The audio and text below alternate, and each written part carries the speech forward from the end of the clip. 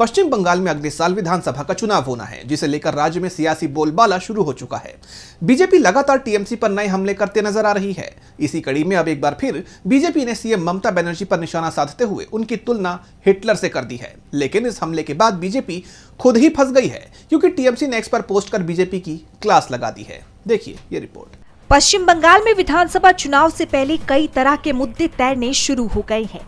BJP लगातार TMC को घेरने की कोशिश में जुटी हुई है, लेकिन उसकी कोशिश नाकाम नजर आ रही है। दरअसल बंगाल बीजेपी ने सोशल मीडिया पोस्ट के जरिए सीएम ममता को तानाशाह बताया। साथ ही ममता बनर्जी के चेहरे की फोटो जर्मनी के कुख्यात शासक रहे एडोल्फ हिटलर के साथ फ्रेम में लगाते हुए पोस्ट किया और कैप्शन में लिखा कि तानाशाह घबरा गया है। बीजेपी की इस सोशल मीडिया पोस्ट के बाद सियासी तूफान की शुरुआत हो गई है।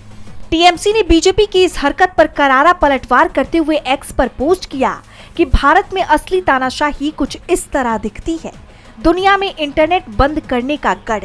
भाजपा सरकारें विरोध प्रदर्शनों को कुचलने और असहमति की आवाज दबाने के लिए नियमित रूप से इंटरनेट बंद कर देती है। संसद पर पाबंदी। विपक्षी सांसदों को सामूहिक रूप से निलंबित कर दिया जाता है ताकि बिना बहस के कानून बनाए जा सके। एजेंसियों का हथियार के रूप में इस्तेमाल। ईडी, सीबीआई, आईटी का इस्तेमाल विपक्ष को डराने और धमकाने के लिए किया जाता है। भाजपा नेताओं को पूर्ण छूट प्राप्त है।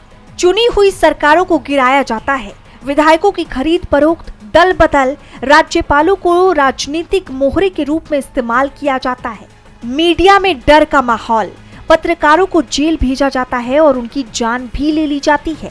न्यूज रूम पर छापे मारे जाते हैं। असहमति को राष्ट्रीय विरोधी करार दिया जाता है।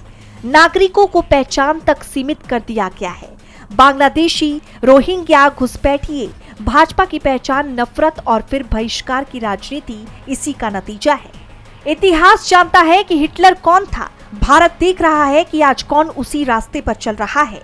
अब देखना ये होगा कि टीएमसी के इस पलटवार के बाद बीजेपी क्या सफाई देती है।